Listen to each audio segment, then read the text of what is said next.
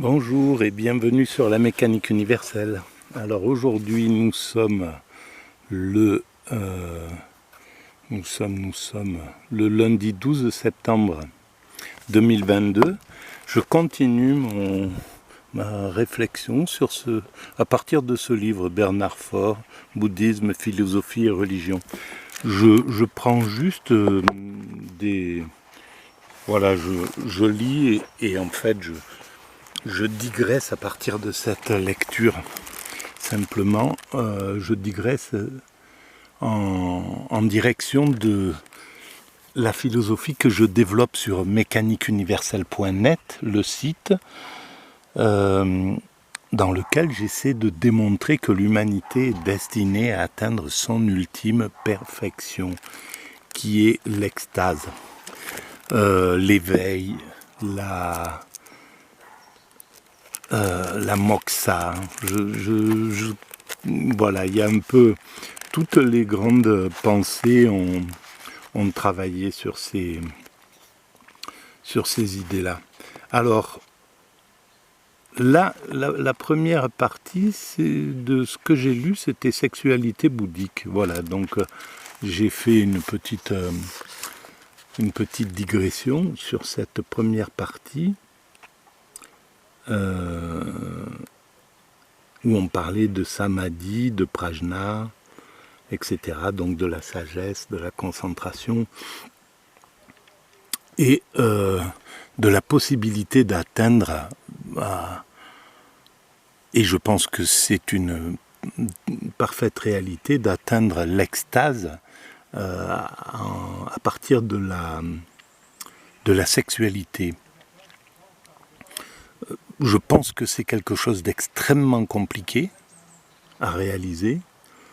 Je pense qu'il faut déjà être dans un état de haute sérénité, avec un esprit peut-être déjà vide de réflexion. Donc en parfait accueil, je pense que c'est faisable si on est dans un état d'amour mutuel intense. Voilà. Et qu'en plus on décide d'expérimenter cet état d'éveil. Voilà. Bon, pour l'instant, je pense que c'est quelque chose qui est un peu, ou soit un peu frelaté, hein, c'est-à-dire il y a beaucoup de choses qui passent derrière ce tantrisme, derrière ces quêtes tantriques. Il y a beaucoup d'expériences qui sont un peu faussées, à mon sens, et qui sont assez éloignées de la spiritualité, au moins en Occident. Bon, mais c'est une idée comme ça, un petit peu sans connaître vraiment les pratiquants, les pratiques, les endroits où ça se pratique. Bref, voilà. Donc je passe à la deuxième partie du bouddhisme comme thérapeutique. Alors, je vais commencer à lire, mais c'est toujours pour pouvoir mieux parler de ce que m'a suggéré ce travail sur la mécanique universelle. Alors, prenant le contre-pied de ceux qui cantonnent le bouddhisme dans l'alternative philosophie ou religion, certains soulignent qu'il est avant tout une thérapeutique psychosomatique. L'aspect thérapeutique a toujours été indéniablement une des composantes essentielles du bouddhisme. Le bouddhisme indien, on l'a souvent noté, fait grand usage de métaphores médicales, et la liste des 4 nobles vérités est parfois assimilée à un diagnostic médical. Si le bouddhisme a pu être influencé par la pensée médicale indienne, les moines ont également joué un rôle important comme médecins des corps et des âmes, bien qu'en principe ils dénient l'existence de ces dernières, les âmes. Alors, effectivement, à mon sens, je pense que le bouddhisme, mais pas que le bouddhisme, en fait, je pense que l'avenir soignera les corps, la médecine évoluera peut-être dans un siècle ou plusieurs siècles. La médecine évoluera vers le soin lié à l'extase. Parce que dans l'état d'extase, pour avoir fait cette expérience, je me suis rendu compte que mon corps fonctionnait, c'est le souvenir que j'en ai, que mon corps fonctionnait comme une horloge. J'ai fait cette expérience de manière accidentelle, hein, en fait. C'était un mois après avoir découvert cette théorie et avoir fait évoluer d'avoir compris un peu toute la base de cette philosophie. Donc j'ai fait cette expérience, disons, on peut dire accidentellement. Je me suis retrouvé... voilà, bon, bref, il y a plusieurs vidéos qui parlent de ça, et puis j'en parle un petit peu, je pense, sur mon site. En tout cas, je me suis retrouvé dans un état d'extase totale, mais une extase, à mon sens, vraiment réalisée, pas... voilà, une extase qui sort l'esprit, qui sort la conscience, de l'état ordinaire. L'esprit dans l'état d'extase n'est plus du tout dans l'état ordinaire classique qu'on a tous quand on vit normalement, là, ce qu'on est en train de vivre. Voilà, on est dans un état ordinaire, voilà, la plupart du temps. L'état extatique, donc, soit il faut le rechercher à travers voilà, des expériences qu'on peut retrouver dans le yoga, la méditation, voilà, le zen, c'est là où le soufisme, voilà, ça fait partie des techniques pour atteindre cet état-là. La prière, voilà, il y a des quantités de façons d'atteindre cet état-là. On le voit dans le soufisme, il y a les derviches tourneurs qui cherchent à atteindre cet état, il y a les soufis d'Afghanistan ou d'Iran qui annonnent des noms de Dieu, et avec un certain rythme, avec une certaine respiration, et qui finissent par atteindre cet état d'extase. Bon, voilà, qui est un état qui nous sort de l'état normal, comme par exemple le LSD peut sortir quelqu'un de son état classique. Voilà, on est dans un état complètement différent, la pensée, l'esprit, est dans un état totalement différent. Et c'est un état de vide. Et dans cet état-là, j'ai remarqué, dans l'état d'extase que j'ai vécu, qui a duré à peu près une semaine, j'ai remarqué que mon corps fonctionnait comme une horloge. Alors, moi qui avais déjà à cette époque, il y a 20 ans, et même j'étais vraiment plein dans ce problème, un problème respiratoire sévère, voilà, qu'on peut qualifier de BPCO pour ceux qui connaissent. Et dans cet état-là, il y a une sorte d'étouffement. Voilà, les poumons ne fonctionnent plus du tout comme ils devraient, et ça impacte tout le corps parce qu'on manque d'oxygène, donc le cerveau est mal oxygéné, enfin les organes, les muscles sont mal oxygénés, etc., etc. Et donc j'étais dans cet état-là. Et quand je suis tombé en état d'extase, de façon accidentelle, et pendant cette semaine d'extase, mon corps fonctionnait comme une horloge. Et j'étais dans un état de ralenti mental, j'avais plus du tout d'angoisse, de soucis, de ce que justement je pense. Je ne connais pas assez le yoga et ce travail-là. Je vais commencer un petit peu à le pratiquer les temps qui arrivent là. Et je pense que c'est justement, ou la méditation, je pense que c'est justement le travail d'arrêter l'activité cérébrale, d'arrêter cette façon que le cerveau a de toujours anticiper, chercher, penser, revenir sur le passé, nous renvoyer plein de choses, d'être tout le temps en activité en définitive.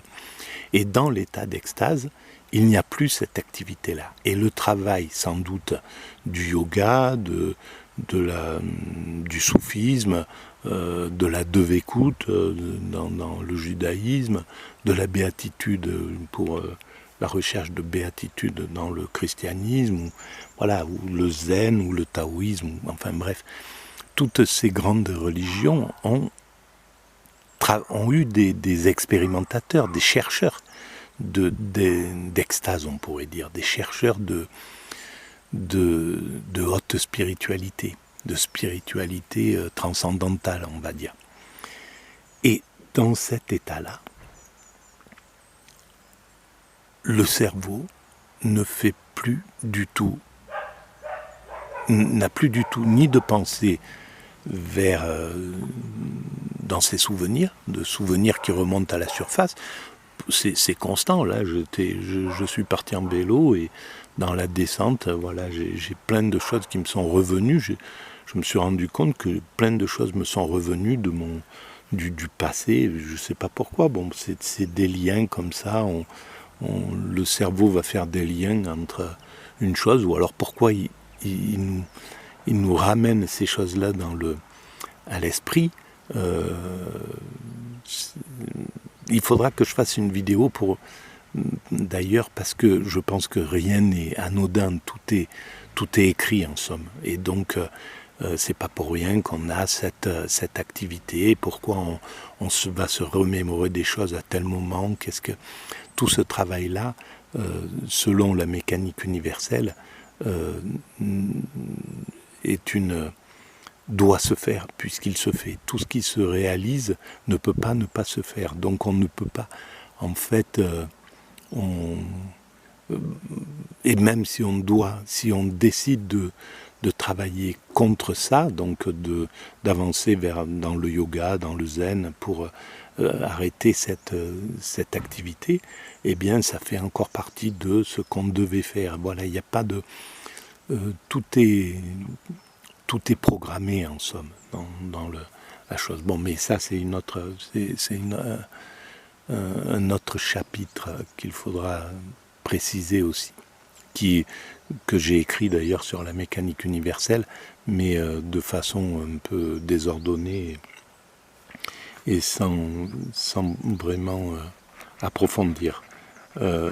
Et donc ces vidéos d'ailleurs sont faites pour approfondir. Et à ce moment-là, dans cette semaine-là, il n'y avait plus du tout de pensée rétroactive. Il n'y avait plus du tout de projection vers le futur. Je dois faire ça. Dans mon esprit, avant d'entrer dans cet état de béatitude, dans mon esprit, j'avais achevé tout ce que je devais faire dans l'existence. Ça s'est imposé, cette idée-là, dans ma tête. Ça y est, tu as fini, tu as écrit le début de la mécanique universelle. Je pensais avoir tout écrit, d'ailleurs. J'avais fait que la première, ça tenait en 4 pages, ou 6 pages, je ne sais pas. Bon, bref, c'était une sorte de squelette de la mécanique universelle. Et donc je pensais que j'avais tout réalisé, je l'avais transmis, et je pensais que ça allait faire son chemin, et que moi c'était fini pour moi. Mon travail sur cette terre était achevé, et donc j'étais en paix totalement. Et je pense que on atteint cet état de paix quand on a ce sentiment-là. On a tout fait. C'est pourquoi il faudrait au moins pouvoir dire à à nos vieux, à nos personnes âgées, ben voilà, tu as tout fini, tu as tout fait, regarde, on leur montrait que le positif et les débarrasser du négatif, voilà. Ben écoute, tu as tout fait, tu as élevé tes enfants comme tu veux, le mieux possible, bien sûr, c'est pas c'est pas le summum parce qu'il n'y a pas de perfection, mais tu l'as fait le mieux possible, donc ça tu l'as achevé. Tu as achevé ton travail, tu as construit ton nid, tu as fait ci, etc., etc. Tu as fait ce qu'il fallait faire. Voilà. Mais c'est valable pour tout le monde. Hein. On peut arriver à dire ça à tout le monde, à celui qui n'a pas de toit, qui est SDF par exemple. On peut arriver à lui dire tu as fait ton travail. Tu as, voilà, un vieux SDF, on peut le rassurer complètement sur ce qu'il a réalisé. Voilà, chaque jour où tu as mendié au coin d'une rue, bah, tu as influencé tous les gens qui passaient. Tu les as obligés à travailler sur leur empathie. Tu as fait un travail considérable toute ton existence. Et par ta souffrance, tu as agi sur l'humanité, tu l'as fait évoluer largement autant que tout le monde. Voilà, il n'y a pas normalement de degré, mais franchement, tu as beaucoup, beaucoup, beaucoup travaillé pour l'humanité. Donc tu peux être fier de toi, tu as réalisé ce que tu devais faire. Voilà. Et on peut le faire pour tout le monde. Pour celui qui a passé sa vie en prison, le vieux gangster, lui dire, ben voilà, tu as fait évoluer par toi, l'humanité a été obligée de travailler le droit, de faire évoluer les conditions des prisonniers, de réfléchir, tu as fait travailler des états d'esprit dans voilà, etc., etc. Donc, c'est pour dire qu'en fait, tout le monde mérite finalement, à la fin de son existence, d'être en paix. Bon, bref, j'étais dans cet état de paix. Et dans cet état de paix, j'étais dans un présent absolu immédiat. Je voyais que le présent, je contemplais, j'étais là, je ne pouvais plus me projeter ni rien. Et mon corps, effectivement, tournait comme une horloge. Donc la BPCO était finie, je respirais très très bien, je mangeais très peu, juste ce qu'il me fallait, je perdais aucune énergie. J'étais dans la jubilation, comme si mon corps jouissait à chaque instant. Et c'est pourquoi j'ai compris, à mon sens, que l'extase, c'est que le jouir sexuel, par exemple l'instant de la jouissance, le moment où on arrive à l'orgasme, c'est une publicité pour l'extase. Parce que l'extase, c'est ça, mais en continu. Voilà, c'est comme si on était dans juste l'instant où l'homme éjacule, par exemple, où la femme jouit. Voilà, cet instant-là, au lieu qu'il s'arrête, et au lieu qu'il soit d'une intensité comme ça, quasiment insupportable, d'une certaine façon, parce qu'il est explosif, on va dire, et bien dans cet état-là, dans l'état d'extase, c'est ça, c'est le même niveau, sauf qu'il est continu.